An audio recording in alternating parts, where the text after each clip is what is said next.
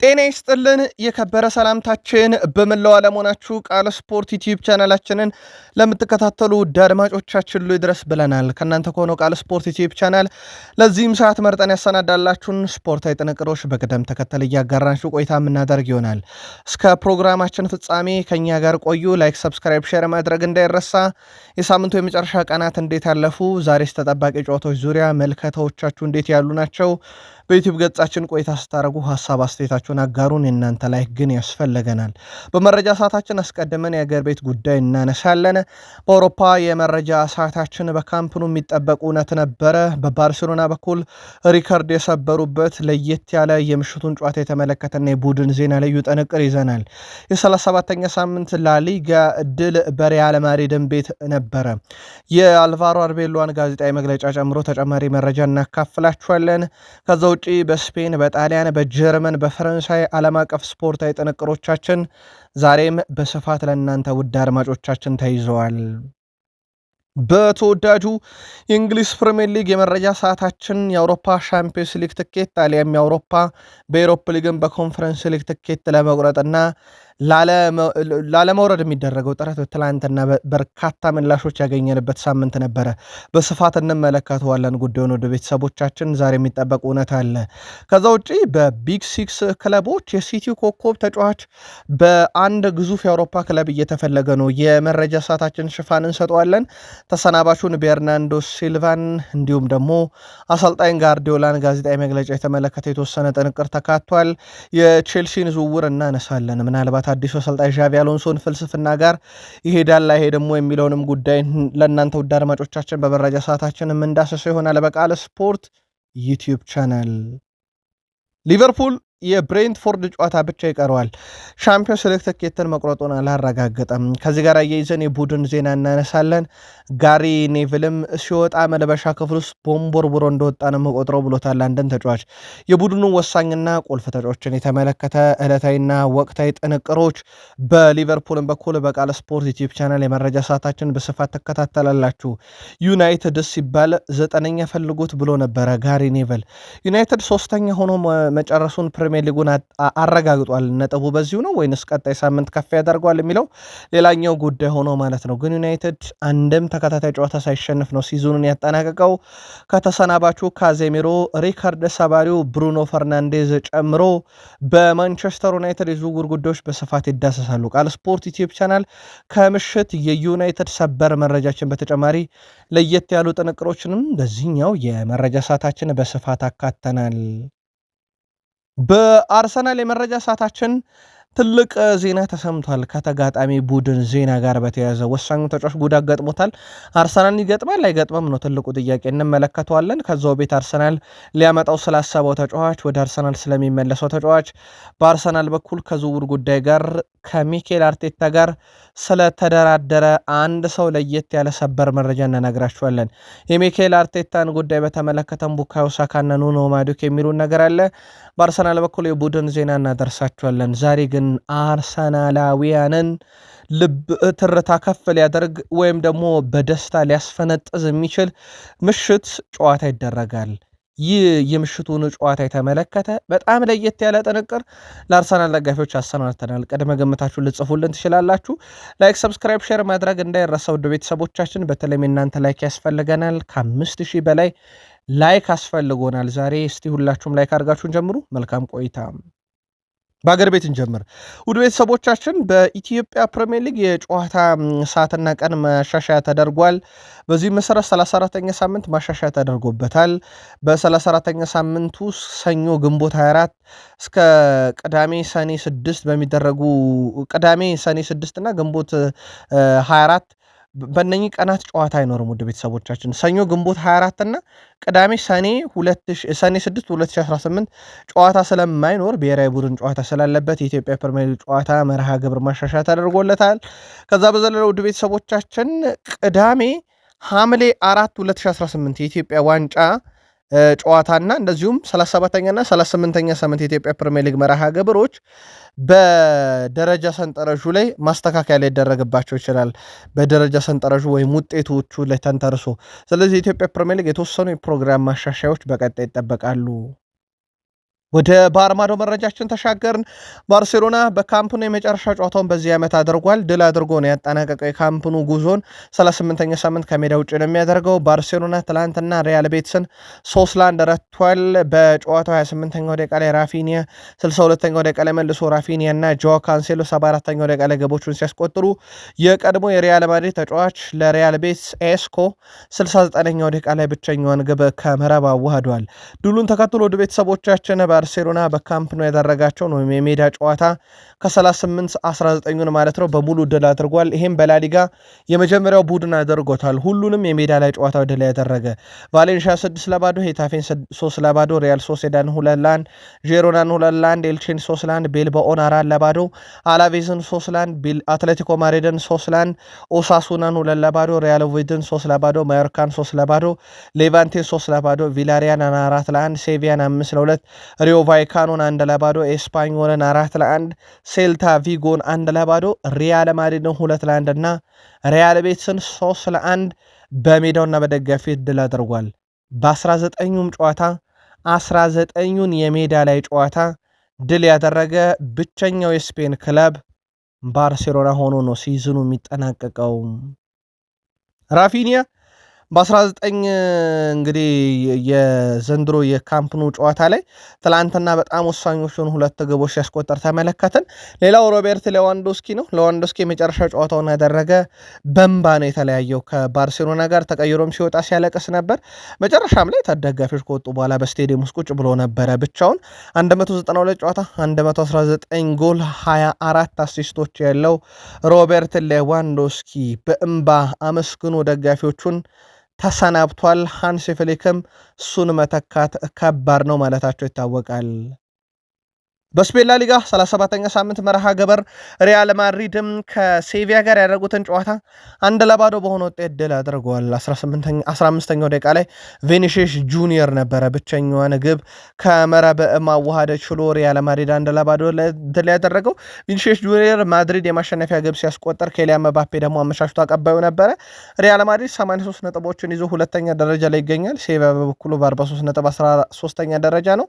ቀጣይ ሳምንት ሪያል ማድሪድ አትሌቲኮ ቢልባኦ በቤርናቤ የመጨረሻ ጨዋታቸውን ሲያደርጉ በጨዋታው ሴልታ ቪጎ ደግሞ ከሴቪያ ጋር ቅዳሜ የመጨረሻ ጨዋታቸውን እንደዚሁ የሚያከናውኑ ይሆናል። ከጨዋታው መጠናቀቅ በኋላ አልቫሮ አርቤሎዋ ቪኒሺየስ ጁኒየር ጉዳት እንዳጋጠመው፣ ቹዋሚኒም በተመሳይ ጉዳት እንዳጋጠመው፣ ዲያኖ ሁይሰን በተመሳይ ጉዳት እንዳለበት አረጋግጠው ለቀጣይ ጨዋታ ስለመድረሳቸው 100% እርግጠኛ አይደለሁም ቀኑ ሲደርስ ብሏል። ከዛ ውጭ ግን ቪኒሺየስ ጁኒየር እና እንደዚሁም ኬሊያን መባፔ ስላሉን በጣም እድለኞች ነን፣ ሁሉም የሚመኟቸው ተጫዋቾች እኛ ጋር ይገኛሉ ሲሉ ተደምጠዋል። አትሌቲኮ ማድሪድም ድል አድርጓል። በሜትሮፖሊታኖ ስቴዲየም የመጨረሻ ጨዋታቸውን ያደረጉ በኤድሞላ ሉክማን 21ኛ ደቂቃ ግብ ዤሮናን 1-0 በሆነ ውጤት ድል አደረጉ። በጨዋታው ሲጠበቅ ከነበረ ሁነት ትላንትና በሜትሮፖሊታኖ ስቴዲየም የመጨረሻ ጨዋታቸውን ሲያደርጉ ግሪዝማን 500ኛ የአትሌቲኮ ማድሪድ ጨዋታውን አድርጎ ከደጋፊውም ጋር ተሰናብቷል። በይፋ ክለቡንም ትላንትና ስንብት አድርጓል። ቀጣይ የመጨረሻ ጨዋታቸውን ከሜዳ ውጭ ነው የሚያደርጉት። ሌላው በጣም በትልቁ አትሌቲኮ ማድሪድ ቤት ነገር የሚችለው ዜና ዲየጎ ሲሜኔ ለሚቀጥለው ዓመትም በዚሁ በክለቡ እንደሚቀጥሉ አረጋግጧል። ሲሜኔ ታማኝ ስለሆንኩ ስለ ቀጣይ ውድድር ዘመን እያሰብኩ ነው፣ እናም ስለ ራሴ አስባለሁ፣ ነገር ግን በይበልጥ ቀጣይ ዓመት እንዴት መቅረብ እንዳለብኝ እያሰብኩ ነው ሲሉ ተደምጠዋል። ከ2012 ጀምሮ ክለቡን እያሰለጠኑ ነው። ቀጣይም ዓመት የአትሌቲኮ ማድሪድ አሰልጣኝ ሆነው ይቀጥላሉ። ሌሎቹ ውጤቶችን እንጠቁማችሁ። ሪዮ ቫይካኖ ቪላሪያልን 2-0 አሸንፈዋል። በጨዋታውም 28ኛው ደቂቃ ላይ ካማሎ እንደዚሁም 47ኛው ደቂቃ ላይ አልማኦ ግቦቹን ሲያስቆጥሩ አትሌቲኮ ቤልባኦ ከሴልታ ቪጎ 1-1 በሆናቸው ውጤት ተጠናቋል። ለሴልታ ቪጎ ሲድበርግ 4ኛው ደቂቃ ላይ፣ ለቢልባኦ ኢናኪ ዊሊያምስ 52ኛው ደቂቃ ላይ ግቦቹን ማስቆጠር ሲችሉ፣ ሌላኛው መርሃ ግብር ኤልቼ ሄታፌን 1-0 በሆነ ውጤት ድል አድርጓል።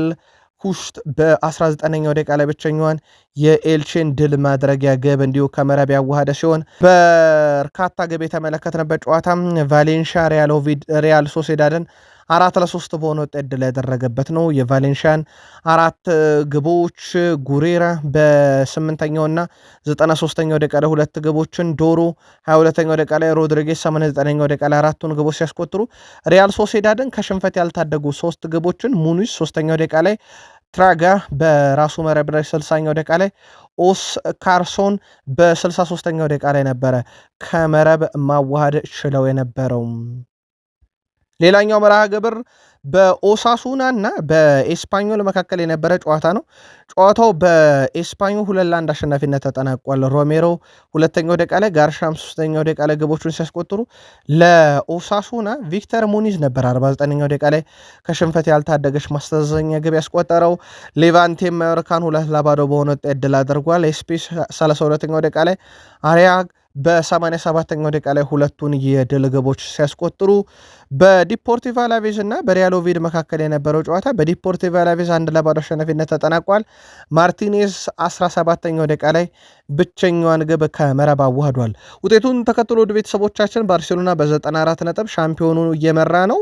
የነጥብ ልዩነቱ 100 እንደማይደርስ ግን ተረጋግጧል። ባለፈው ሳምንት ነጥብ መጣሉን ተከትሎ ማድሪድ በ83 ሁለተኛ ነው። ቪላሪያል በ69 ሶስተኛ፣ አትሌቲኮ ማድሪድ በ69 ነጥብ አራተኛ ነው።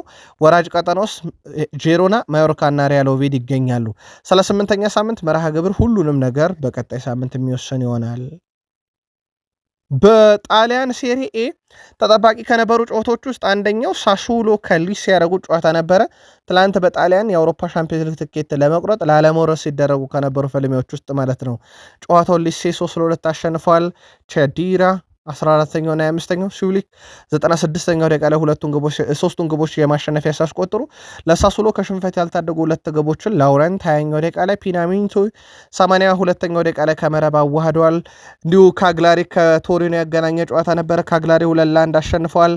ኤስፔስቶ 39ኛው ደቂቃ ላይ፣ ሚና 45ኛው ደቂቃ ተጠናቆ በሁለተኛው ደቂቃ ላይ ለቶሪኖ ከሽንፈት ያልታደገች ብቸኛዋን ግብ ደግሞ ኦርባደር በ38ኛው ደቂቃ ላይ ነበረ ከመረብ ማዋሃድ ችሎ የነበረው።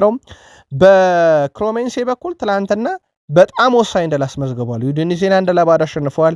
ጄሚ ቫርዲ 9ኛው ደቂቃ ላይ ብቸኛውን ግብ አስቆጥሯል። ይሄም ክሮሜንሴ ለመትረፍ አሁንም አንድ ተስፋ ይዞ ወደ 38ኛ ሳምንት ያመራል። ሌላኛው መርሃ ግብር ቦሎኛ አታላንታን 1-0 ድል አድርጎታል። ኦርሼሊን 78ኛው ደቂቃ ላይ ቦሎኛን የድል ግብ ማስቆጠር ችሏል። ሻምፒዮኑ ኢንተር ከሄላስ ቬሮና 1-1 በሆናቸው ውጤት ነው የተጠናቀቀው። ኤድሙንዱሰን የሄላስ ቬሮና ተጫዋች 47ኛው ደቂቃ ላይ በራሱ መረብ ላይ ያስቆጠረላቸው ለኢንተር። ቦዊ 91ኛው ደቂቃ ላይ ሄላስ ቬሮናን አቻርጎ 1-1 ተጠናቀቀ። ናፖሊ የአውሮፓ ሻምፒዮንስ ሊግ ትኬት መቁረጡን ትላንትና እንዲሁ አረጋግጧል። 3-0 በሆነ ውጤት ፔዥያን ድል አድርጎ ስኮት ማክቶሚኒ 21ኛው፣ ራርሃሚን 27ኛው፣ ሆይሉንድ 92ኛው ደቂቃ ላይ ነበረ ሶስቱን ግቦች ያስቆጠሩት። ናፖሊ ሻምፒዮንስ ሊግ ትኬትን የቆረጠ ሁለተኛው የጣሊያን ሴሪ ክለብ ሆኗል ከኢንተር ሚላን ከሻምፒዮኖቹ በመቀጠል። ሮማ ላዚዮን በሮም ደርቢ 2-0 በሆነ ውጤት ድል አድርጓል። ማንቺኒ 40ኛውና 66ኛው ደቂቃ ላይ ሁለቱን ግቦች አስቆጥረዋል። ኤስ ሚላንን በጣም ወሳኝ የተባለ ድል ያስመዘገበው ጣሊያን ሴሪ 37ኛ ሳምንት 2-1 በሆነ ውጤት ጄኖዋን አሸንፏል። ኑኩንኩ 51ኛው፣ ታካሚ 81ኛው ደቂቃ ላይ ሁለቱን የኤስ ሚላን የማሸነፊያ ግቦች ሲያስቆጥሩ ለጄኖዋ ቫስኬዝ ነበረ 87ኛው ደቂቃ ላይ ብቸኛውን ግብ ያስቆጠረው። በጣም ያልተጠበቀ ውጤት ፊዮረንቲና ዩቬንቱስን 2-0 አሸንፏል። ዩቬንቱስ ሜዳው ነው ይሄ ሽንፈት የገጠመው። ከአውሮፓ ሻምፒዮንስ ሊግ ደረጃም ውጭ እንዲሆን አድርጎታል። ኖዱር 34ኛው፣ ማንዳጋራ 83ኛው ደቂቃ ላይ ነበረ ሁለቱን የፊዮረንቲና የድል ግቦች ያስቆጠሩት። ኮሞ 1-0 አሸንፎ ደረጃውን አሻሽሏል። በኮሞ በኩል ፓርማን 1-0 ሲያሸንፉ አልቤርቶ ሜሪኖ 58ኛው ደቂቃ ላይ ነበረ ብቸኛውን የድል ግብ ከመረብ ያዋደው። ውጤቱን ተከትሎ ወደ ቤተሰቦቻችን ኢንተርና ናፖሊ ሻምፒዮንስ ሊግ ገብተዋል፣ አንደኛና ሁለተኛ ደረጃ ላይ የሚገኙት።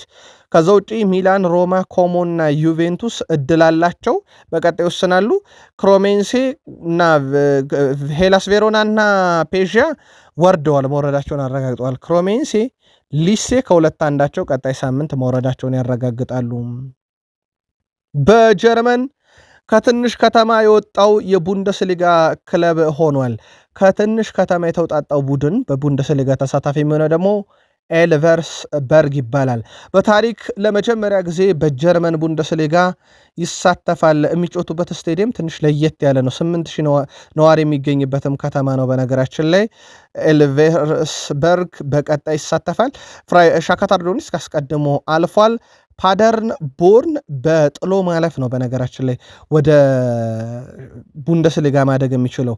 የቡንደስሊጋው ሻምፒዮን ያው የሃሪኬኑ ባየር ሙኒክ ነው።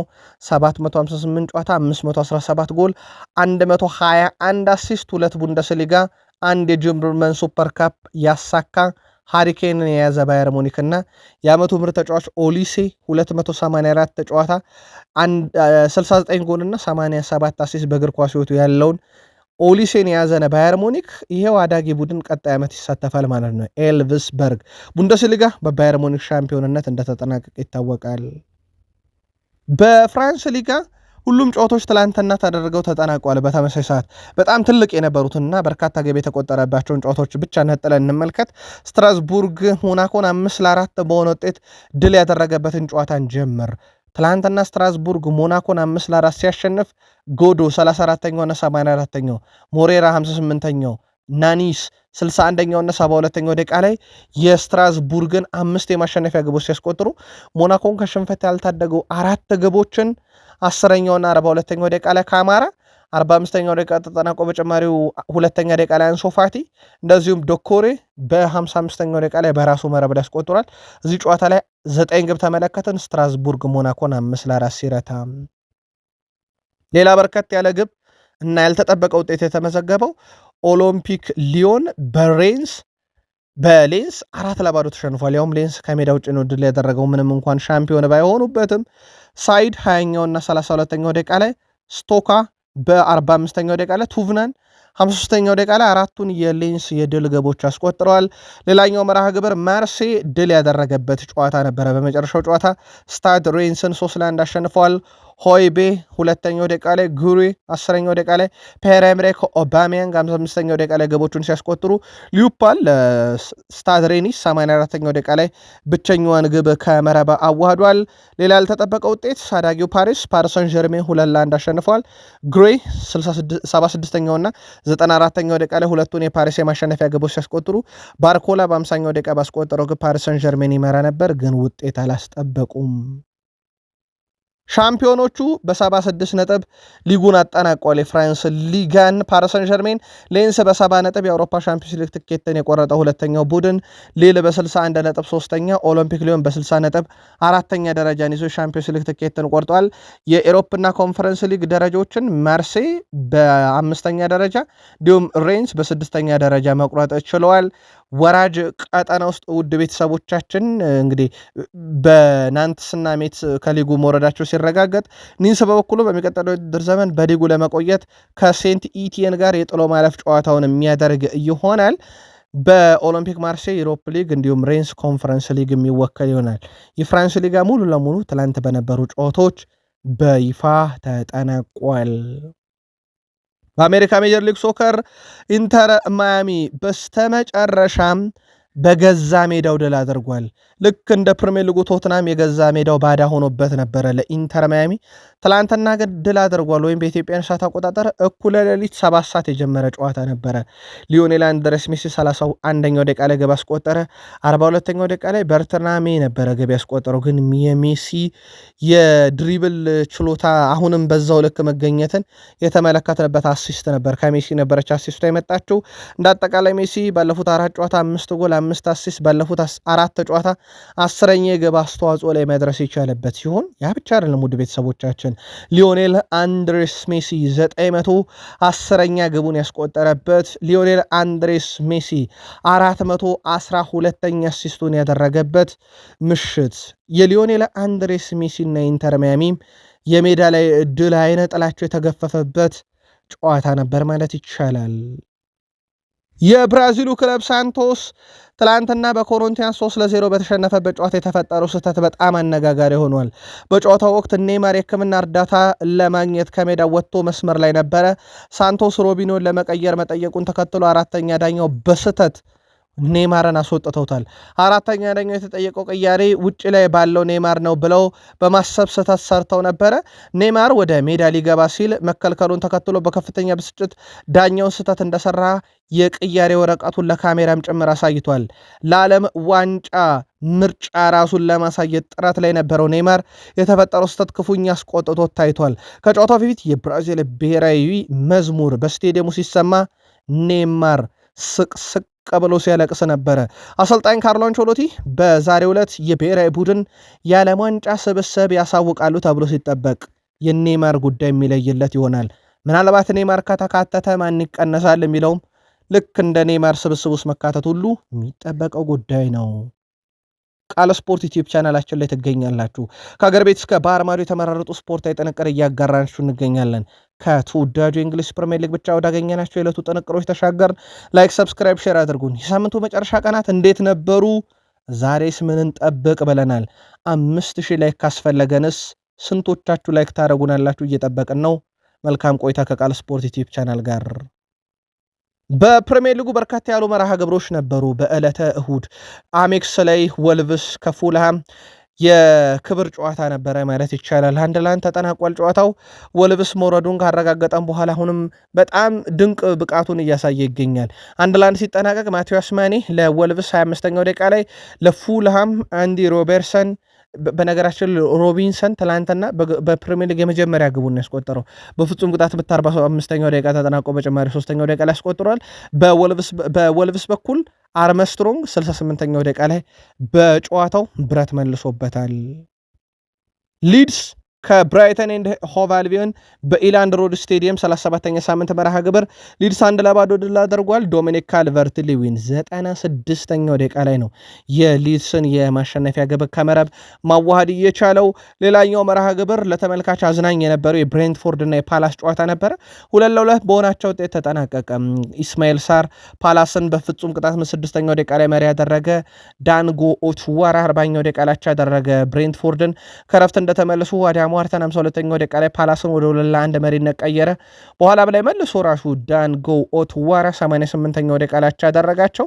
በክሪስታል ፓላስ በኩል ምናልባት የሚያስቆጨው ኢስማኤል ሳር 16ኛው፣ ጄምስ ስትራንድ ላርሰን 33ኛው ደቂቃ ላይ ብረት መልሶባቸዋል እንጂ የፓላስ ግብ ከዚህም ከፍ ያለ ሊሆን የሚችልበት ነበረ።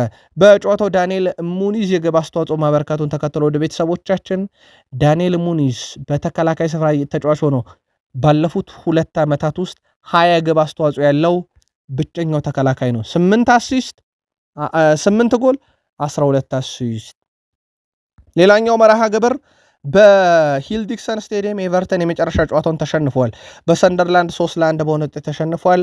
ማርሊን ሮሄል በ43ኛው ደቂቃ ላይ ኤቨርተንን መሪ ማድረግ የምትችል ግብ በራሱ መረብ ላይ አስቆጥሮ ይመሩ ነበረ። በኋላም ላይ ግን ሰንደርላንዶች ብሪያን ብሮቢ 59ኛው፣ ኤንዞ ሊፊ 81ኛው፣ ኢስዶር 91ኛው ደቂቃ ላይ ባስቆጠሯቸው 3 ግቦች 3-1 በሆነ ውጤት ድል ማድረግ ችለዋል። ወደ ቤተሰቦቻችን ሰንደርላንድ አንድን ጨዋታ እየተመራ በዚህ ዓመት ነጥብ ሲሰበስብ ይሄ 22ኛው ነው። አንድም የፕሪሚየር ሊግ ክለብ ጨዋታን እየተመራ በኋላም ላይ ውጤት ቀልብሶ ወያቸው ሆኖ የሰንደርላንድን ያክል ነጥብ የሰበሰበ የፕሪሚየር ሊግ ክለብ የለም። ወደ ቤተሰቦቻችን እነኚህ ጨዋታዎች በኋላ በደረጃ ሰንጠረዡ ላይ ብራይተን በ53.7ኛ፣ ብሬንትፎርድ በ52.8ኛ፣ ሰንደርላንድ በ51.9ኛ ሲሆኑ ቼልሲ እስኪጫወት ድረስ 10ኛ ደረጃ ደርሰውታል ከትላንት ውጤት በኋላ። በኒካስል ዩናይትድ እና በዌስትሃም ዩናይትድ መካከል በሴንት ጄምስ ፓርክ ስቴዲየም የተነበረው ጨዋታ በጣም ትልቅ ውጤት ተመዝግቦበታል። ኒካስል 3-1 ዌስትሃምን አሸንፎ የዌስትሃም መውረድ አይቀሬ መሆኑን አረጋግጧላታል። ትላንትና ኒካስል ዩናይትድ በጨዋታው ኒኮ ወልትማድ በ15ኛው ደቂቃ ላይ ኦስሏ 19ኛው እና 65ኛው ደቂቃ ላይ 2 ግቦችን ሲያስቆጥሩ ለዌስትሃም ዩናይትድ ከሽንፈት ያልታደገች ግብ ካስቴላኖስ ነበረ 69ኛው ደቂቃ ላይ ከመረብ አዋህዶ እየነበረው። ውድ ቤተሰቦቻቸውን ዌስትሃም ዩናይትድ የገጠመው ሽንፈት ከፕሪሚየር ሊጉ ለመውረድ ቋፍ ነው ያደረሰው። ቶትናም ቀጣይ ጨዋታውን አቻ የሚወጣ ከሆነ ከቼልሲ ጋር በእግር ኳስ እይታ ያልፋል። በሂሳባዊ ስሌት ብቻ ነው የሚያልፈው። በእግር ኳስ እይታ ግን አቻ ከወጣ ቶትናም ከቀጣዩ ጨዋታ ላይ 100% ወደ ፕሪሚየር ሊጉ አላፊ ወይም ተራፊ ቡድን ይሆናል ማለት ይቻላል። በጨዋታው ዊሊያም ኦስላ ግብ አስቆጠረ። ከዛ በኋላ ጓንቴን ስጡኝ ብሎ ጓንቱን አጥልቆ የማይክል ጃክሰንን ታዋቂ ዳንስ በስቴዲየሙ ሲደንሳት ነበረ። ውድ ቤተሰቦቻችን ባለፉት 6 ጨዋታ ላይ ይህ ተጫዋች ዊሊያም ኦስላ በአምስት ግብ ተሳትፎ አለው። ይሄም ዌስትሃም ላይ 2 ግብ፣ ብራይተን ላይ 1 ግብ፣ በርንማውዝ እና ፓላስ ላይ በተመሳሳይ 1 ግብ አለው። አርሰናልና ኖቲንጋም ፎረስት ላይ ነው ያስቆጠረው። በጣም ድንቅ ጊዜን እያሳለፈ ይገኛል። ውጤቶቹን ተከትሎ ውድ ቤተሰቦቻቸው ዌስትሃም በ36 ነጥብና በ22 ግብ ዕዳ 18ኛ ነው። ስፐርስ በ38 ነጥብና በ9 ግብ ዕዳ 17ኛ ነው። ስፐርስ አቻ ከወጣ ይተርፋል ያልንበት ምክንያት ውድ ቤተሰቦቻችን ስፐርስ አቻ ከወጣ 39 ነጥብ ይይዛል። ቀጣዩን ጨዋታ 38ኛውን ስፐርስ ተሸንፎ ዌስትሃም ድል ቢያደርግ በስፐርስ እና በዌስትሃም መካከል ያለው 13 የግብ ልዩነት እንዴት ይጣፋል? ይሄን ያጣፉልታል ተብሎ አይታሰቡም ዌስትሃሞች እና ቶትናም ለማለፍ አቻ በቂ ነው ማለት በድፍረት የሚያስችለውም ለዚህ ነው። ለማንኛውም ከቼልሲ ጋር ተስተካካይ መርሃ ግብር እንዳለበት ይታወቃል። በሲቲ በኩል ግቫርዲዮል የሪያል ማድሪድ የተከላካይ አማራጭ መሆኑ ይፋ ተደርጓል። ጆዜ ሞሪኒዮን በቀጣይ አሰልጣኝ አድርጎ ለመቅጠር የመጨረሻዎቹ ምዕራፍ ላይ የሚገኘው ሪያል ማድሪድ ቀጣይ ቡድኑን በአሰልጣኝ ለውጥ ብቻ ሳይሆን በተጫዋችም ዝውውር ማጠናከር ይፈልጋል። ለዚህም የሲቲው ጆሽኳ ግቫርዲዮል አንደኛው እጩ ሆኗል። ግቫርዲዮል በዚህ ሰዓት በማንቸስተር ሲቲ እስከ 28 ድረስ የሚቆይ ውል አለው። ሆኖም ከክለቡ ጋር በዚህ ደረጃ ምንም አይነት ድርድርም ሆነ ንግግር ባይደረግም በሪያል ማድሪድ ዝርዝር ውስጥ ግን አለ ተብሏል። ፔፕ ጋርዲዮላ እጣ ፈንታ እርግጥ ባለመሆኑ የክለቡ ወደፊት እቅዶች ላይ ተጽዕኖ እያሳደረ መሆኑ ተገልጿል። በዚህ ምክንያት አንዳንድ ተጫዋቾች ከክለቡ ሊለቁ እንደሚችሉ ቀደም ብሎም እየተዘገበ ይገኛል። ኮንትራታቸው አልቆ የሚለቁት እንዳሉ ሆነው እንደዚሁም በዝውውር መስኮት ወደ ሌሎች የአውሮፓ ትልቅ ክለቦች በተለይም ሪያል ማድሪድና ባርሴሎና ሊኮበልሉ የሚችሉ ተጫዋቾች አሉ እየተባለ ነው። ከስር ለሲቲ ደጋፊዎች ጉዳዩን እናጠረዋለን። በነፃ የሚለቀው ቤርናንዶ ሲልቫ በቆመ ኳስ ላይ እኔ አድናቂ አይደለሁም ብሏል። ባለፉት 2 ዓመታት ምን እንደተፈጠረ ግራ ነው የሚገባኝ ብሏል። በተለይም የቆመ ኳስ ማዕዘን ምት ለመምታትና የእጅ ውርወራ ለመወርወር የሚደረገው ጥረት ጨዋታን በጣም እያቀዘቀዘ ነው፣ ሰዓት እየገደለ ነው። ሲቲ ይሄንን ነገር አላደረገም እስካሁን ብሏል። የእጅ ውርወራም ላይ የማዕዘን ምትም ላይ ትኩረት አናደርግም የቆመ ኳስ ላይ፣ ምክንያቱም ይሄ እግር ኳስ ነው። ከፍሎ የሚገባ ደጋፊ የቆመ ኳስ ማዕዘን ምት ሲመታና የእጅ ሲወረወር ለማየት አይደለም። ባለፉት 2 ዓመታት ግን ሊጉ እየተበላሸ መጥቷል ብሏል ተሰናባቹ ቤርናንዶ ሲልቫ። ልክ እንደ ኬቨን ደብሮይነ ሁሉ ኮንትራቱ ሲጠናቀቅ እንደሚለቅ ቀድሞም የተረጋገጠ ጉዳይ ነበረ። በነገራችን ላይ ኬቨን ደብሩይነን ካነሳን በፕሪሚየር ሊጋው የሱ ቁጥሮች በጣም አስደናቂ ናቸው። የጆኤል ማቲፕን ያክል ግን የጨዋታ ኮከብ የወሩ ምርጥ ተጫዋች ተብሎ ያልተመረጠ ተጫዋች እንደነበር ይታወቃል። ፔፕ ጋርዲዮላ ኤፍኤ ካፕ ላሸነፍንበት ምንም አይነት ድግስ አይኖረንም ብለዋል። እናም ተጫዋቾቼ ወደ ቀጣዩ ጨዋታ ወደ በርነማውዝ እንጂ በድሉ ምክንያት የተፈጠረ አንዳችም የደስታ ማክበር ሂደት አልነበረም ብሏል። ከአስቶን ቪላ ጨዋታ በኋላ ደስታውን በጋራ እናከብራለን ያሉት እሳቸው በኤፍኤ ካፕ በዌምብሌ ቼልሲን ድል ያደረጉበት ጨዋታ ደስታ እዛው ስቴዲየም ውስጥ እንደተጠናቀቀ አረጋግጧል። ስለዚህ ማንም ተጫዋች በተለየ መንገድ ደስታ እንዲያከብር አልፈቀድንም ብሏል። በእርግጥ ሲቲ ሊፈቅድ አይችልም። ነገ ጨዋታ አለው። ዛሬ አርሰናል ውጤት ይጠብቃሉ። አርሰናል ዛሬ ከተሸነፈላቸው ወይም ነጥብ ከጣለላቸው በራሳቸው ደግሞ ሊጉን መወሰን የሚችሉበትን እድል ያገኛሉና ዛሬ አርሰናልን ጨዋታ ይኮመኮማሉ። ነገ ደግሞ የራሳቸውን ግዴታ ይወጣሉ ማለት ነው ሲቲዝኖች። ፔፕ ጋርዲዮላ ከኤፍኤ ካፕ ምሽት በኋላ ድል አልተከበረም ብለዋል። ቼልሲ በቀጣዩ ውድድር ዓመት በአዲሱ አሰልጣኝ ዣቪ አሎንሶ ስር እየተመራ ወደ ቡድኑ የሚያመጣቸውን ተጫዋቾች በነገራችን ላይ በዚሁ አጋጣሚ ለማስታወስ ያክል ለቃል ስፖርት ዩቲዩብ ቻናል የቼልሲ ደጋፊዎች ዣቪ አሎንሶ አሰልጣኝ ተደርገው አይደለም የተሾሙት፣ አስተዳዳሪም ጭምር ተደርገው ነው የተሾሙት። ያ ማለት ዝውውሮች ላይ ይወሰናሉ፣ ቡድኑ ላይ ትልልቁ የሚባሉ ውሳኔዎችን የመወሰን ስልጣን ጭምር ይዘው ነው ወንበሩን የተቆናጠጡት ማለት ነው። ዣቪ አሎንሶ ለ4 ዓመት ይነግሱበታል በዚህ ወንበር ከድል ጋር ከስኬት ጋር እና ባለቤቶቹ እስካመኑበትም ድረስ ማለት ነው። ወደ ቡድኑ እንዲመጡ በርካታ ዝርዝሮች ግን አሉ። እነ ሞርጋን ሮጀርስ በትልቁ አሁንም ስማቸው የተያዘ ነው። ግን ዣቪ አሎንሶ ምርጫቸው እንዴት ያለ ነው የሚለው በቀጣይ ይጠበቃል። ምክንያቱም እሳቸው የ3-4-3 አድናቂ ናቸው። በእርግጥ የእሳቸው 3-4-3 ከሩበን አሞሪም 3-4-3 ጋር በጨዋታ አቀራረብ ደረጃ ይምሰል እንጂ ነገር ግን ቡድን በፎርሜሽን ይምሰል እንጂ በጨዋታ አቀራረብ ደረጃ ፍጹም የተለያየ ቡድን ነው። በዚሁ አጋጣሚ ለማድረስ ያክል ነው ለቼልሲ ደጋፊዎች፣ ግን የእሳቸው ምርጫ በትልቁ ይወሰናል። በዚሁ አጋጣሚ ቃል ስፖርት ዩቲዩብ ቻናል ላይ ለምትገኙ ቼልሲውያን ትላንትና ካልተከታተላችሁን ምናልባትም እሁድ ምሽት ዜና ሰርተን ነበረ። ልክ ጨዋታዎች ከተጠናቀቁ በኋላ በሰበርና በፈጣን መረጃችን ዣቪ አሎንሶ የቼልሲ አሰልጣኝ ሆኖ በይፋ መሾማቸውን፣ ስፔን አሰልጣኝ ዣቪ አሎንሶ በቼልሲ ለዋንጫ እንደሚፎካከሩ፣ ከክለቡ ባለቤቶች ጋር የነበራቸውም ንግግር ተመሳይ ፍላጎት እንዳላቸው፣ በዘላቂነት በትልቅ ደረጃ የሚፎካከር እና ለዋንጫ የሚፋለም ቼልሲን የመገንባት እቅድ እንዳላቸው፣ ቡድን ውስጥ አስደናቂ ተሰጥኦና ትልቅ አቅም እንዳለ፣ ያንንም አቅም አውጥተው እንደሚጠቀሙ፣ ትኩረታቸው ጠንካራ ስራ፣ ትክክለኛ ማንነት ያለው ቡድን ወይም ቼልሲን መገንባት መሆኑን የሰጡትን ጋዜጣዊ መግለጫ እንዲሁ በቃል ስፖርት ዩቲዩብ ቻናል ትላንት ማለትም ሜይ 17 እሁድ ምሽት በሰራነው ዘገባ ለቼልሲያን አካተነው ነበረ። ሊቨርፑል የሻምፒዮንስ ሊግ ትኬትን መቁረጡን አላረጋገጠም። በነገራችን ላይ ምናልባት ሊቨርፑል ያረጋገጠው አንድ ነገር ነው። ግፋቢል ሊቨርፑል ከዚህ በኋላ በጣም መጥፎ ሲዝን ጨረሰ ከተባለ 6ኛ ሆኖ ነው ሊጨርስ የሚችለው በበርንማውዝ ደረጃውን ከተነጠቀ ማለት ነው። በርንማውዝ ሁለት ቀሪ ጨዋታ እጁ ላይ ስላለ ማለት ነው። ውድ ቤተሰቦቻችን ከዛ በታች ሆኖ ግን አይጨርስም።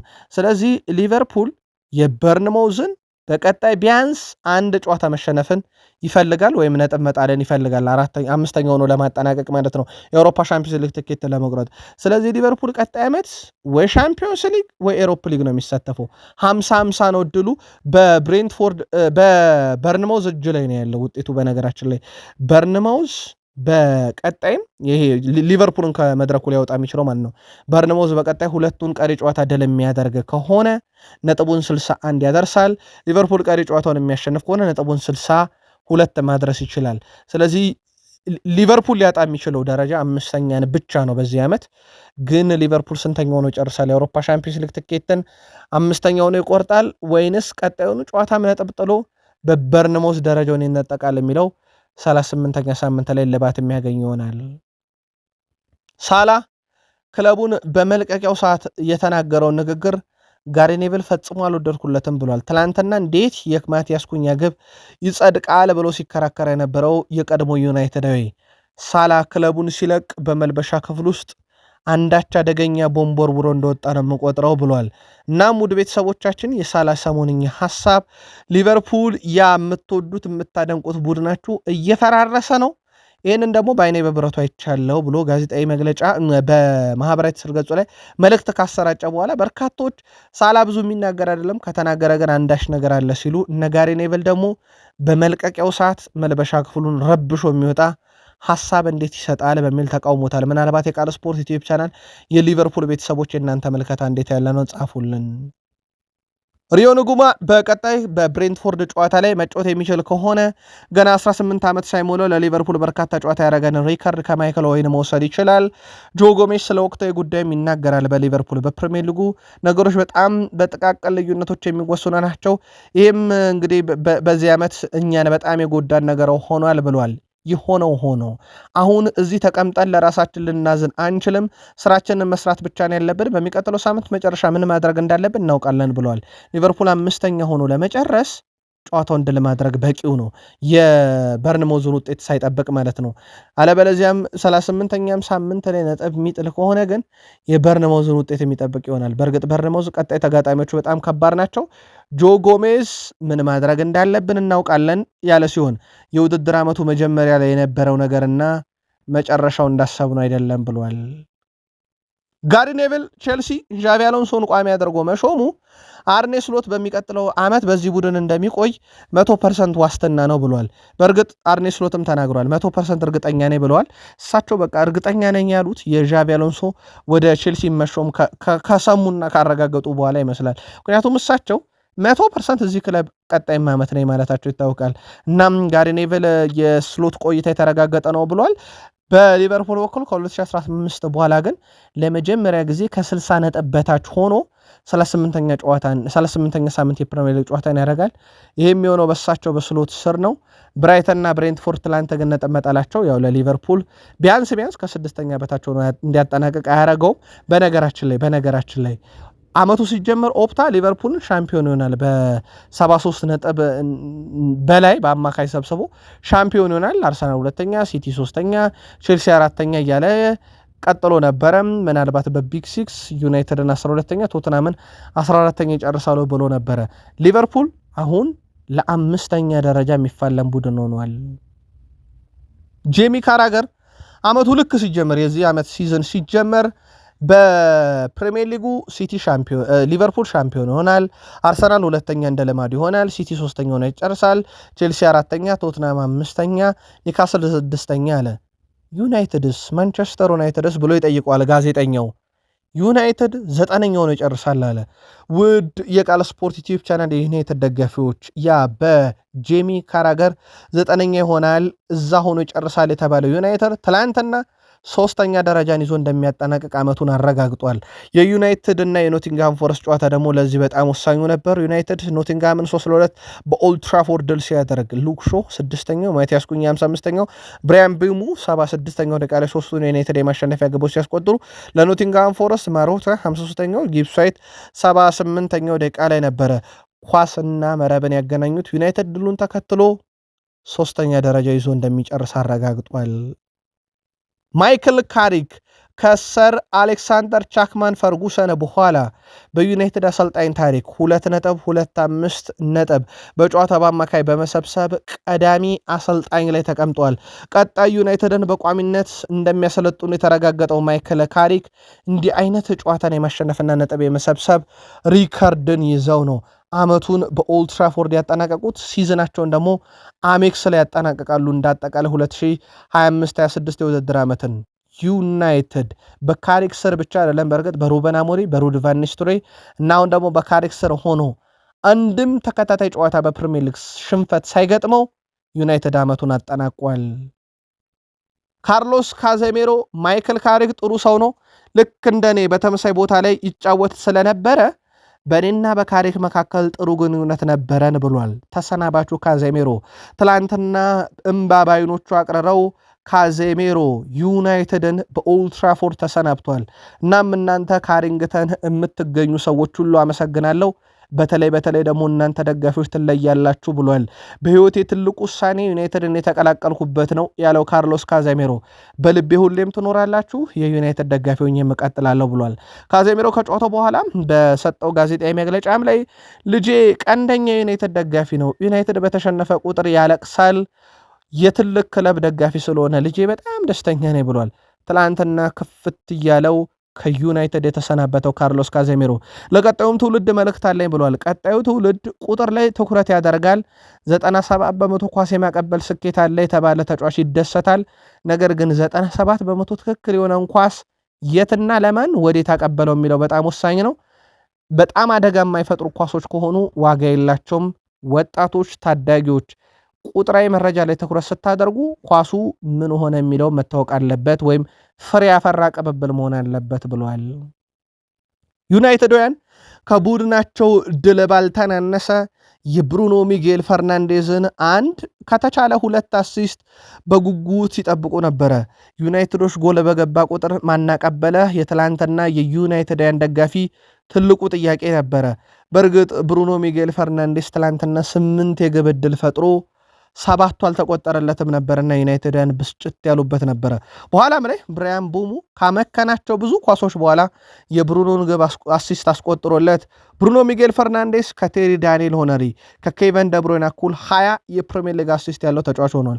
ኦዚል 19፣ ሳላ 18፣ ፋብሬጋስ 18፣ ኬቨን ደብሮይና በሌላ አጋጣሚ 18 እና ፍራንክ ላምባርድ 18 አሲስቶች በፕሪሚየር ሊጉ ያላቸው ነበሩ። ብሩኖ አሁን ታሪካዊ ተጫዋች ሆኗል። በዩናይትድ መለያ 20 የፕሪሚየር ሊግ አሲስት ያለው ተጫዋች በመሆን ብሩኖ ፈርናንዴዝ ዩናይትድን ከረገጠ ጊዜ ጀምሮ በሁሉም መድረክ 326 ጨዋታ 106 ጎል 108 አሲስት በጨዋታ በአማካኝ 0.66 የግብ አስተዋጽኦ 2 ዋንጫ ኤፍኤ ካፕ እና ካራባው ካፕን ከዩናይትድ አንስቷል። የቡድን አጋሮችን ማገልገል እንዲያስቆጥሩ አሲስት ማድረግ ማስቻል ትልቁ ደስታ የሚሰጥ ጉዳይ ነው። ተጫዋቾቹም ይህንን አግዘውኛል ብሏል። በእርግጥ ዩናይትድያን በምሽት የቃል ስፖርት ዩቲዩብ ቻናል ዘገባችን እሁድ ምሽት ወይም ትላንት ምሽት በሰራነው ዘገባ ብሩኖ ከዚህ በላይ አሲስት እንዳያደርግ ተጠያቂው ማን ነው ስንል አንደኛ ብሪያን ቤሞ፣ ሁለተኛ ፓትሪክ ዶርጉ፣ ሶስተኛ ዜርኪዚን ጽፈዋል ያመከኑበትን ኳስ። እሱ ግን የለም የሰጧቸውን ኳሶች ሁሉ በተቻላቸው መጠን ሞክረውልኛል፣ አስቆጠረውልኛል፣ ለዚህም ማመስገን አለብኝ ማለቱ ይታወቃል። ብሩኖ አንድ ሪካርድ መስበር ይችላል ቀጣይ። በነገራችን ላይ በእርግጥ ሪካርዱን አሁን ተጋርቷል የአሲስት መጠኑን በ20 ቀጣይ አንድ አሲስት ካረጋ አሜክስ ላይ ብቸኛው ተጫዋች ሆናል በርካታ አሲስት ያለው። ከዛ በዘለለ ግን በአንድ የውድድር ዓመት ትልልቅ የግብ ዕድሎችን በመፍጠር ኬቨን ደብሩና በ2019/20 33 ነበረው። አሁን ብሩኖ 32 ደርሷል። ስለዚህ አንድ በጨዋታ ከፍተኛ የግብ ዕድል ሳይፈጥር ይወጣል ተብሎ አይታሰብም አሜክስ ላይ እና ምናልባት ሪካርዱን ከኬቨን ደብሩና ሌላ የሚጋራው ምናልባትም ሊበልጠው የሚችልበትም ዕድል አለው። ብሩኖ ሚጌል ፈርናንዴዝ በዚህ ዓመት 132 የግብ ዕድል የፈጠረ ከተከታዩ በ58 የሚልቅ ያ ብቻ አይደለም፣ በፕሪሚየር ሊጉ 32 ትልልቅ የግብ ዕድል የፈጠረ ከዛ ውስጥ 20 የተቆጠረለት ብሩኖ ሚጌል ፈርናንዴዝ ነው። ጄጄ ጋብርኤል በማህበራዊ ትስስር ገጹም በአመቱ ምርጥ ተብሎ ማጠናቀቁን በተመለከተ ደስታውን ገልጿል። የአመቱ ምርጥ ወጣት ተጫዋች የሚሰጠውን የጄሚ መርፊ ሽልማትም በመቀበል ላይ ትልቅ ክብር ነው ብሏል። በማንቸስተር ዩናይትድ ያሉ ሁሉንም አካላት አመሰግናለሁ፣ እንዲሁም ሁሉንም ደጋፊዎች ላላቋረጠ ድጋፋቸው ማመስገን እፈልጋለሁ። ካሪክም ድጋፍ አድርጎልኛል፣ አመሰግናለሁ። ከዋናው ቡድንም ተጫዋቾች ድጋፍ ያደረጉልኛሉ፣ መመስገን አለባቸው ብሏል። ወደ ዋናው ቡድን ይመጣል። ሌላው እልባት ያላገኘው የማርከስ ራሽፈርድ ጉዳይ ነው። እየተከታተልነው ነው ቃል ስፖርት ዩቲዩብ ቻናላችን። በተለይ ለዩናይትድ ደጋፊዎች በጉዳዩ ላይ ተጨማሪ መረጃ እናካፍላለን። ምናልባትም የባርሴሎና የመጨረሻ ጨዋታ ከተደረገ በኋላ ስለዚህ ጉዳይ እልባት ይሰጣል። ዩናይትድ የቋሚነት ውሉ ከተፈጸመለት 30 ሚሊዮን ዩሮ ወይም 26 ሚሊዮን ፓውንድ እንደሚቀበል ይታወቃል። ሌላው ዩናይትድ በቀጣይ ታይለር ማላሲያን ኮንትራቱ ሲጠናቀቅ ከማንቸስተር ዩናይትድ በነፃ እንደሚለያይ ይፋ ተደርጓል። ያ ብቻ አይደለም፣ ጀደን ሳንቾን በነፃ እንደሚለያይ ይታወቃል። ትላንትና ለዩናይትድ ደጋፊዎች ማለትም ሜይ 17 ትላንት እሁድ ምሽት በሰበር ካደረስናቸው መረጃዎች ውስጥ ራስመስ ሆይሉንድ በ38 ሚሊዮን ፓውንድ የናፖሊ ቋሚ ተጫዋች ይሆናል። ውድ ቤተሰቦቻችን አርሰናልያን ከዛሬው ጨዋታ በፊት የሰሙት አንዳች ነገር አለ። ፒኤስጂ ትላንትና በፓሪስ በተሸነፈበት ጨዋታ ዴምቤሌ ገና በመጀመሪያዎቹ ጥቂት ደቂቃዎች ተቀይሮ ወጥቷል። በጉዳት ምክንያት ቀጥታ ወደ መልበሻ ክፍል ነው ያቀናው። በጨዋታው የመጀመሪያ ደቂቃ ላይ ተቀይሮ የወጣው ዴምቤሌ ስቴዲየሙንም ለቆ ነው የወጣው። ኦስማን ዴምቤሌ ስለ ጉዳት ሁኔታው ከጋዜጠኞች ሲጠየቅ ትንሽ ከባድ ነው ነበር ያለው።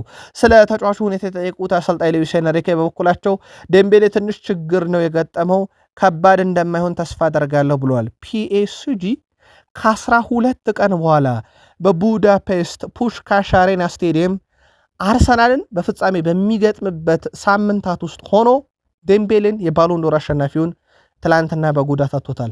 በጨዋታ ይገኛል ላይገኝም የሚለው ግን በርካቶች አጠራጣሪ እያሉት ነው። ከዚህ በፊት እንዲህ አይነት ጉዳት አስተናግዶ ለ17 ቀናት በላይ ከሜዳ ርቆ ነበረ። በአርሰናል ጨዋታ የመገኘት እድሉ በጣም ዝቅተኛ ነው እየተባለ ነው። ይሄ ለአርሰናል ፍጹም አስደሳች የሚባለው ዜና ሊሆን ይችላል። በእርግጥ አርሰናል ሌላ የሚያሳስባቸው 2 የፕሪሚየር ሊግ ጨዋታ ቀድሞ እንዳለባቸው ቢታወቅም እዛው ፍራንስ ላይ ቆይተን አርሰናል የብራድሌ ባርኮላን ጉዳይ እየተከታተለ ነው። 23 ዓመቱን ተጫዋች ወደ ቡድኑ ማምጣት ይፈልጋል። ተፈጥሮ የክንፍ አጥቂዎችን ማምጣት ይፈልጋሉ። አንደኛው ባርኮላ ነው። በትራንስፈር ማርኬት በኩል ከ70 ሚሊዮን ዩሮ በታች የዚህ ተጫዋች ሂሳብ አይሆንምና ለአርሰናል ፈታኝ ሊሆን ይችላል እያለ ነው። እዛው ፈረንሳይ አልወጣንም። ኢታን ዋኔሪም የመጨረሻ ጨዋታውን ትላንትና ከማርሴ ጋር አድርጎ ተሰናብቷል። በቀጣይ ወደ አርሰናል ይመጣል። አርሰናል ኢታን ዋኔሪን ይሸጠዋል ያቆየዋል የሚለው ጉዳይ እስካሁን እልባት አላገኝም። በርካቶች ግን የኢታን ዋኔሪ የአርሰናል ቆይታ ያበቃ ነገር ሊሆን ይችላል እያሉ ይገኛሉ። ሌላው በአርሰናል በኩል ልናነሳ የወደድነው የ16 ዓመቱን የሌስተር ሲቲ ክንፍ አጥቂ ጀርሜ ሞንጋን ኮንትራት ጥያቄ አቀርበዋል። የ16 ዓመቱ ታዳጊ ወደፊት እንዴት ወደ ዋናው ቡድን እንደሚያደርግም ውይይት ተደርጓል። ሞንጋ ለአርሰናል ለመፈረም ከተስማማ አርሰናል ከአሳዳጊ ቡድን ሌስተር ሲቲ ጋር የወጪ መጋራት ሂደት ይኖርበታል። ለአካዳሚ ያወጣውን ማለት ነው ሌስተር ሲቲ። በእርግጥ ብቸኛው ቡድን አርሰናል ብቻ አይደለም፣ ዩናይትድም ጨምሮ በርከት ያሉ ክለቦች የዚህ ተጫዋች ፈላጊ እንደሆኑ ይታወቃል። ሌላው ግን በጣም አስገራሚው የዝውውር ጉዳይ የሉተን ታውን አሰልጣኝ ጃክ ዊልሸር የቀድሞ የአርሰናል ተጫዋችና የአርሰናል የቡድን አሰልጣኝ ነበረ። በክረምት የዝውውር መስኮት የአርሰናል አካዳሚ ውጤት ተጫዋቾችን በውሰቱ ለማግኘት ይችል እንደሆነ ከአርቴታ እንደሚጠይቅና ውይይት እንደሚደረግ ይፋ ያደርጓልና በአርቴታና በዊልሸር መካከል ውይይቶች ይደረጋሉ በቀጣይ ማለት ነው። ምናልባትም ሉተን ታውን አሰልጣኝ ማክስ ዶማንን በቀጣይ ለአንድ ዓመት ወደ ቡድኑ መውሰድ ይፈልጋል እየተባለ ይገኛል። ማክስ ዶማን በአርሰናል የመጀመሪያ ቡድን ውስጥ ግን ተሰላፊ ተጫዋች እንደሆነ ይታወቃል እና ያው የተወሰነ እድል ቢሆንም ጃክ ዊልሸር ግን ቢያንስ ለአንድ ዓመት ይፈልጋል። በቀጣይ በአርሰናልና በሉተን ታውን በጃክ ዊልሸር እና በአርሰናል ሰዎች በተለይም በእነ አንድሪያ ቤርታና በእነ ማይኬል አርቴታ መካከል ውይይት ይደረጋል ተብሎ ይጠበቃል። በሳካ በኩል ሚኬል አርቴታን እናምናለን። አርቴታ ለእኛ በጣም ጠንካራው ሰው ነው። አርቴታ እንዴት ተጫዋቾችን ማሳመን እንደሚችል እርግጠኛ ሆነኝ መናገር እችላለሁ ብሏልና ቡድን ውስጥ የፈጠረው በራስ መተማመን፣ ተነሳሽነት፣ ሁሉ ነገር የሚኬል አርቴታ ውጤት ነው። ከሱ ጋር ብዙ ሰዓት ብታወራ በእርግጠኝነት ያወራቸው ነገሮች ላይ በሙሉ ተስማማለህ።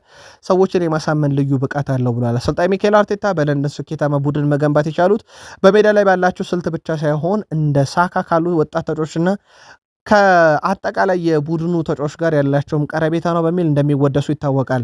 ሌላው በአርሰናል በኩል ልናነሳ የወደድነው ኑኖ ማዱኬ አርሰናል ዋንጫ እንደሚያሸንፍ ስላመንኩ ወደዚህ መጥቻለሁ። እናም በተቀሩት 3 ጨዋታዎች ላይ 3ቱንም ድል አድርገን ዋንጫውን እናመጣለን እያለ ይገኛል። አርሰናል ዛሬ በአመቱ የመጨረሻውን የኤምሬትስ ጨዋታ ከበርንሌ ጋር እንደሚያደርግ ይታወቃል። አርሰናል ከበርንሌ ዛሬ ምሽት 4 ሰዓት ሲል በኢትዮጵያን ሰዓት አቆጣጠር ይጀምራል። ይህ ጨዋታ የዓለም አይንን ስቅዝ አድርጎ የሚይዝ የአርሰናል ደጋፊ ብቻ ሳይሆን ጄሚ ካራገር እንዳለው አርሰናል አንድ ሲቲ ተፎካካሪው ብቻ ሳይሆን 19ኙም ቡድኖች ዋንጫ እንዲበላ አይፈልጉም ብሏልና በርንሌም ያው አንደኛው ፈላጊ ነው ተብሎ ይጠበቃል። እንደ ጄሚ ካራገር የግል መልከታ አርሰናል የጠላቱ ብዛት ዓለም አቀፍ ብቻ ሳይሆን 19ኛው የፕሪሚየር ሊግ ክለብ ነው ያለው እሱ ነበረ። ጄሚ ካራገር እንዳለው ምናልባት በርንሌ እንዴት ያለ ፈተና ይሆንበታል የሚለው ይጠበቃል። ምሽት 4 ሰዓት ጨዋታው ይጀምራል ኤምሬትስ ላይ። አርሰናል 42 ድል 11 አቻ 7 ሽንፈት ገጥሞታል። በርንሌ መውረዱን አረጋግጧል። 6 ድል 9 አቻ 25 ሽንፈት የገጠመው ቡድን ነው። አርሰናል በመጨረሻዎቹ 5 ጨዋታ አልተሸነፈም። ውድ የቃል ስፖርት ዩቲዩብ ቻናል ቤተሰቦቻችን 5ቱን ድል አድርገው በአንዷቸው ወጥተዋል። በርንሌይ በአንጻራዊነት ድል የሚባል ነገር አያውቅም። 4ቱን ተሸንፎ በአንድ ጨዋታ ብቻ ናቸው የወጣው። በመጨረሻ 10 ጨዋታ አርሰናል 6ቱን ድል ሲያደርግ 3 ያቸው ወጥተዋል። በርንሌይ አንዴ ብቻ ነው አርሰናል ያሸነፈው። በመጨረሻ 4 ግንኙነት 4ቱ ላይ 3ቱን አርሰናል ድል አድርጓል፣ አንዴ አቻ ወጥተዋል። የቃል ስፖርት ዩቲዩብ ቻናል ቤተሰቦቻችን አርሰናል ዛሬ ድል የሚያደርግ ከሆነ ነገ ሲቲ እስኪጫወት የነጥብ ልዩነት ወደ 5 ከፍ ይላል። አርሰናል አቻ የሚወጣ ከሆነ አርሰናል ቀሪ ጨዋታውን የማሸነፍና የግብ ልዩነቱን ማስፋት ይጠበቅበታል። ብዙ ሂሳባዊ ስሌት የሚያሰራው ተወዳጁ የእንግሊዝ ፕሪሚየር ሊግ እልባት ሳያገኝ 38ኛ ሳምንት ድረስ ሊሄድ እንደሚችል ምንም ጥያቄ የለውም። በተለይም ዛሬና ነገ የሚፈጸሙ ውጤቶች ላይ ተመርኩዞ ዛሬ አርሰናል በ37ኛ ሳምንት፣ ነገ ሲቲ በ37ኛ ሳምንት ጨዋታ ያደርጋሉ። ቅድመ ገመታችሁን በቃል ስፖርት ዩቲዩብ ቻናል ላይ ያጋሩን። የሰዓቱ ጥንቅር ይሄን ይመስላል። ሁላችሁም ላይክ አድርጉን ከታላቅ ትህትና ጋር። ላይክ ስላደረጋችሁንም አመስጋኞች ነን። እዚህ ጋር እንቋጭ። መልካም ቀን